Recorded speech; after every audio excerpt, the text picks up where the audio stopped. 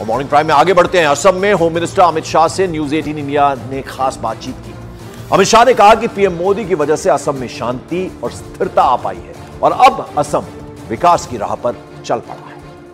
जी हाँ, इस समय हमारे साथ उपस्थित है भारत के गृह मंत्री अमित शाह जी और उनके साथ हम कुछ बात करना चाहेंगे क्योंकि चुनावी सिलसिले से वो तिनसुकिया में आए हैं और रोड शो के दौरान वो अभी चल रहे हैं हमारे साथ। सर, आपको बहुत बहुत स्वागत न्यूज 18 में।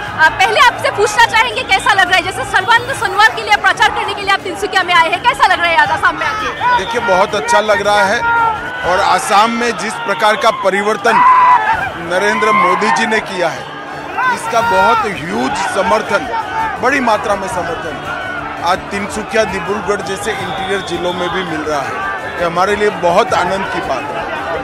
सर, और एक बात पूछना चाहेंगे, जैसे उत्तर पूर्व में उत्तर पूर्व में 25 सीटें और असम में 14 सीटें, क्या बोलना चाहेंगे बीजेपी को कितना सीट पर उत्तर पूर्व? असम में बीजेपी 12 सीटें कम से कम जीतेगी और उत्तर पूर्व में भी एनडीए के सभी एलाइज चुनाव जीतने जा रहे हैं। एक दो जगह छोड़कर हम सब जगह मजबूत है और बहुत अच्छे नतीजे आएंगे। 19 में भी नॉर्थ ईस्ट ने मोदी जी का समर्थन किया था, बीजेपी का समर्थन किया था, 24 में भी करेगा और मजबूती के साथ करेगा। सर, आप देखा जाए तो पहले 19 के चुनाव में भी देखा जाए तो बीजेपी ने 25 सीटें और जैसे असम में भी 14 सीटें मिली थी, इसके बारे में क्या कहना चाहेंगे? देखिए, हम हमारी सीटों में और मार्जिन में दोनों में बढ़ोतरी करेंगे।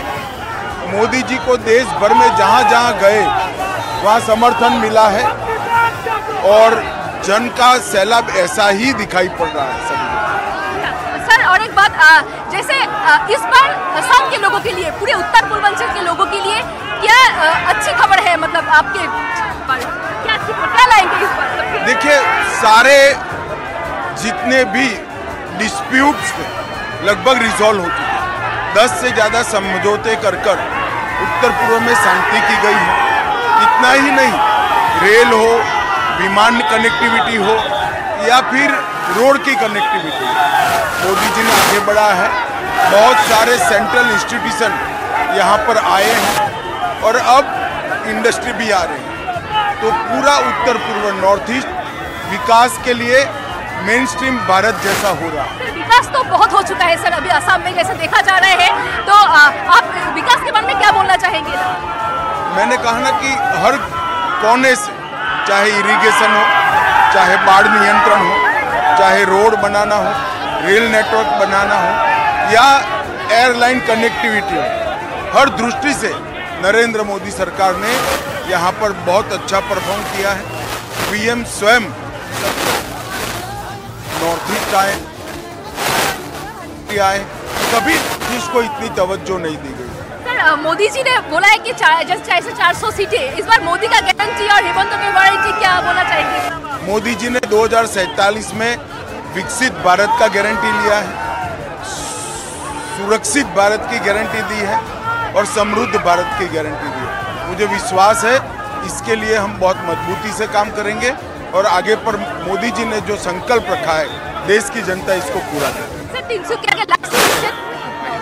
हाँ जी हाँ, ये अमित शाह जी अभी न्यूज 18 में एक्सक्लूसिव इंटरव्यू न्यूज 18 के साथ दिया था। और इधर आपको बता दें, गौतम बुद्ध नगर से बीजेपी उम्मीदवार महेश शर्मा ने आगामी लोकसभा चुनाव में बीजेपी की जीत पक्की कही है, तो वहीं समाजवादी पार्टी के उम्मीदवार महेंद्र नागर ने साइकिल से प्रचार वो कर रहे हैं और जनता से जुड़ने की कोशिश में जुटे हुए हैं। देखिए, दोनों गठबंधन की अगर हम बात करें, इंडिया गठबंधन अपनी परिणति पा चुका है। जो उनका चरम था वो टुकड़े टुकड़े हो चुका है। वो एक, मैं समझता हूँ, कोई नीतियों के आधार पर गठबंधन नहीं है। वो एक खाली समय के अनुसार, उनका जरूरतों के, राजनीतिक जरूरतों के अनुसार वो गठबंधन हुआ है, विचारधाराओं का गठबंधन नहीं है। आज उसके कारण जो स्थिति उनकी बनी हुई है, आज वो टुकड़े टुकड़े दिखाई दे रहा है कहीं भी। हमारे यहाँ की अगर बात करें तो दोनों पार्टियों ने, बहुजन समाजवादी पार्टी और समाजवादी पार्टी के गठबंधन ने 3-3 बार अपने प्रत्याशी बदले हैं। तो ये अपने आप में दिखाता है कि उनका आत्मविश्वास कहीं ना कहीं चरमराया हुआ है। वो स्वयं सशंकित हैं अपनी जीत के बारे में, अपने प्रत्याशियों के बारे में। तो आप समझ सकते हैं कि उनकी स्थिति, और देश में भी पूरा देश एक ही भाव से एक दिन नरेंद्र मोदी देश के प्रधानमंत्री बनेंगे। जब वो नरेंद्र मोदी देश के प्रधानमंत्री बन रहे हैं तो बाकी पक्ष विपक्ष इंडी और ये सब गठबंधन कहाँ की बात कर रहे हैं। क्या कहना चाहेंगे, कितनी ज्यादा उम्मीद है सपा की? इस बार उन्हें कड़ी टक्कर मिलनी शुरू हो गई है और 15 दिन बाद आप देखोगे कि वो हो सकता भाग जाए छोड़ के मैदान। इतनी कड़ी टक्कर मिली है। अच्छा, ऐसा क्यों कह रहे हैं? जो अभी मैंने बताया कि हाई राइज बिल्डिंग्स का मामला, किसानों का मामला, बड़ी हाई वोल्टेज है ये मामला। किसानों को लठ भी बजाया, जेलों में डाल दिया, FIR दर्ज हुई, सॉल्व कुछ नहीं हुआ, उनका कोई भी नतीजा कुछ नहीं निकला उनका।